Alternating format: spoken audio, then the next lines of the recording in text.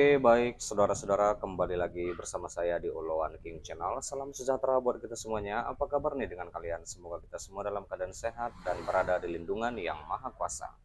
Di video kali ini, saudara-saudara, di sini kita kembali dapat menyaksikan pernyataan dari salah satu netizen yang saya kutip dari akun sosial media, yaitu TikTok ya.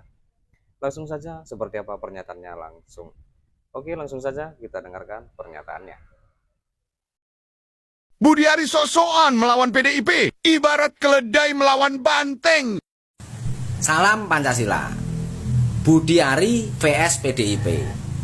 Ya, Budi Ari ini adalah Ketua Umum Projo Ormas Relawan Pendukung Jokowi. Dan Budi Ari ini dikenal sangat dekat dengan Jokowi. Ya. Kalau bicara tentang pertarungan antara Budi Ari melawan PDIP, saya rasa Budi Ari salah cari lawan. Kenapa?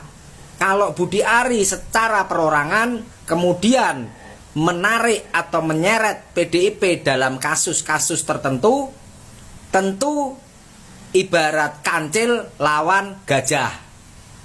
Ya, beda cerita kalau Budi Ari menyebutkan siapa nama orang PDIP itu. Beda cerita ya. Makanya ini langsung mendapat respon yang sangat besar. Bahkan Ketua Umum PDIP Megawati Soekarno Putri pun memberikan ultimatum. Termasuk Ketua DPP Puan Maharani. Mereka minta supaya Budi Ari minta maaf. Ya, karena apa? Karena itu adalah kehormatan partai.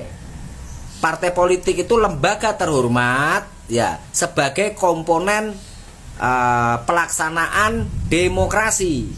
Ya, beda kalau orang per orang. Rupanya Budi Ari ini kalap karena posisinya memang sangat terpojok. Ya, tuduhan tentang dia terlibat membackingi situs judi online saat dia menjabat Menkominfo sekarang menguat. Ya, bahkan sekarang Budi Ari dilaporkan ke Polda Metro Jaya atas laporan pencemaran nama baik. Ya, karena Budi Ari ada terbukti memberikan statement kepada wartawan yang diviralkan oleh wartawan itu atau oleh oknum. Ya, sehingga itu menjadi konsumsi publik. Ya, jelas publik akan menganggap PDIP sarang judi online, kan gitu. Ya pasti dilawan. Ya, nah kalau melihat kekuatannya, ya menurut saya Budi Ari blusuk pasti blusuk.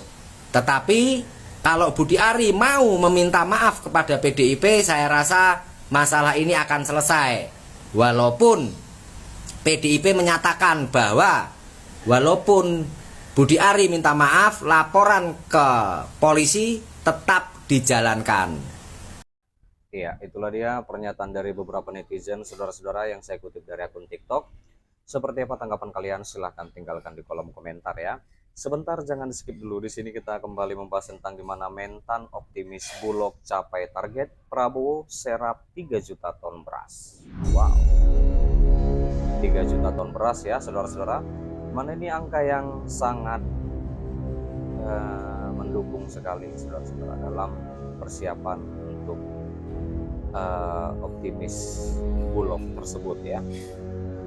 Menteri Pertanian atau Mentan Andi Amran itu optimis target penyerapan 3 juta ton beras oleh Perum Bulog seperti perintah Presiden Prabowo Subianto ya, itu bisa tercapai. Pasalnya saat ini Bulog telah menyerap 2,4 juta ton beras atau sekitar 80% dari target 3 juta ton. Alhamdulillah sekarang 80%, tapi masih ada waktu Juli, Agustus, September, Oktober, November, Desember. Ada 7 bulan waktu. Kata beliau, yaitu Amran, itu dikatakan pada saat ditemui di kediaman pribadinya di kawasan Kalibata, Jakarta, Jumat 30 Mei 2025. Nah, lalu Amran juga mengatakan cadangan beras pemerintah atau CBP saudara-saudara yang dikelola Bulog per Mei 2025 telah mencapai 4 juta ton. Rinciannya sebanyak 2,4 juta serapan dalam negeri dan sekitar 1,6 juta hingga 1,7 juta itu dari carry over beras impor tahun lalu ya. Itu dari carry over beras impor tahun lalu. Nah, Amran juga mengatakan jumlah CBP 4 juta ini menjadi yang tertinggi dalam 57 tahun terakhir. Tanpa beras impor itu 2,4 juta dan itu tidak pernah tercapai selama 57 tahun. Jadi ini sudah 80% dari 3 juta ton. Tanpa beras impor 2,7 juta dan itu tidak pernah tercapai selama 57 tahun. Jadi ini sudah 80% dari 3 juta ton. Dulu target 3 juta, separuh pun, 50% pun enggak pernah tercapai.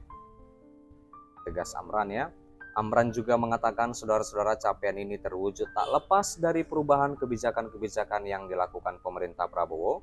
Salah satunya soal penyaluran pupuk subsidi.